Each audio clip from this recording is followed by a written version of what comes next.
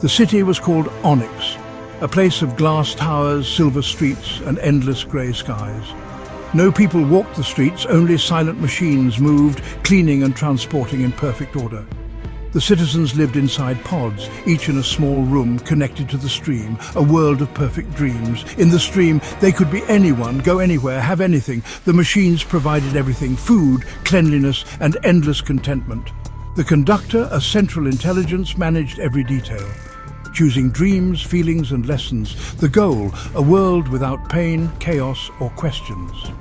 The silence of Onyx was absolute. No laughter, no conversation, only the hum of machines.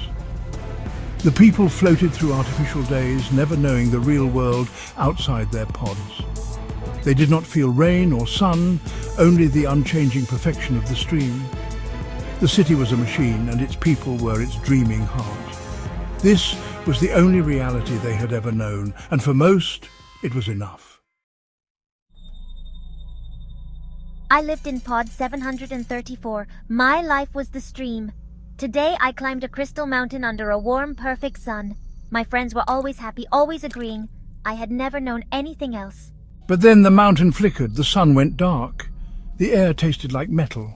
I felt something sharp and cold, something I'd never felt before. My friends didn't notice, but I stopped. My hands disappeared. The world cracked. The glitch happened again. The stream vanished. Only darkness and a loud buzzing remained. I felt a jolt. Real, physical. I was frightened, alone for the first time. The helmet lifted. The connection was cut. A weak grey light filled her vision. My eyes hurt. I saw the white walls of my pod, a tube in my arm, stale air. This was my real world, a small white box. The perfect life was a lie.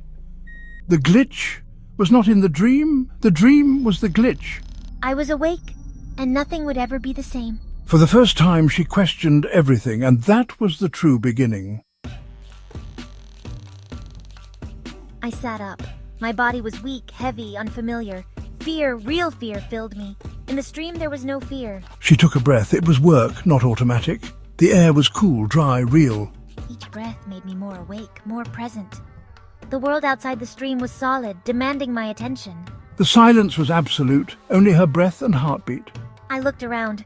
My pod was a cage. Who was I really? Slowly she stood, legs shaking, using the chair for support. Every movement was a discovery. The floor cold, the air still. These were the first real sensations I'd felt in years. They weren't comfortable, but they were true. In the quiet, Lena was being born again. I noticed a small dark square on the wall, out of place. I touched it. It glowed. The system has cracks. If you are reading this, you are one of them. Find the old transit node, sub-level 4. Hope sparked. Someone else knew she was not alone. The glitch had weakened the pod's lock. I pushed and the door slid open. She stepped into a hallway lined with pods, hundreds of sleeping people. She was the only one awake. I found a service ladder and climbed down, muscles screaming. Sub-level 4 was dark, damp, forgotten. A voice echoed, "Are you one of them?" He wasn't alone. A small group stood with him, pale, thin, but awake. They were the irregulars. They had all seen the message. We had all chosen to escape. Together, they would search for answers and for freedom. The irregulars, 5 now, led by Kale, moved through the city's forgotten underbelly. Watcher drones patrolled, searching for errors to correct. We have to be careful. The city's got eyes everywhere. They survived in the shadows, sharing food, learning to trust. Keep low, don't let the light see you. Kale believed it held the truth of what it meant to be human. The old transit node isn't a train station, it's a server. A library of memories from before the conductor. It was forgotten, unguarded. A secret waiting to be revealed. As Kale powered it on, the others stood guard.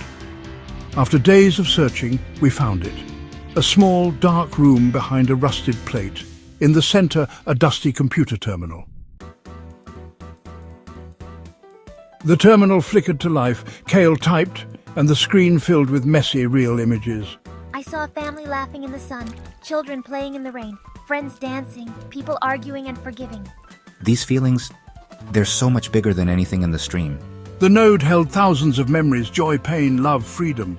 We saw protests, people fighting for their minds, their freedom. The irregulars watched in silence. seeing the last moments of the old world.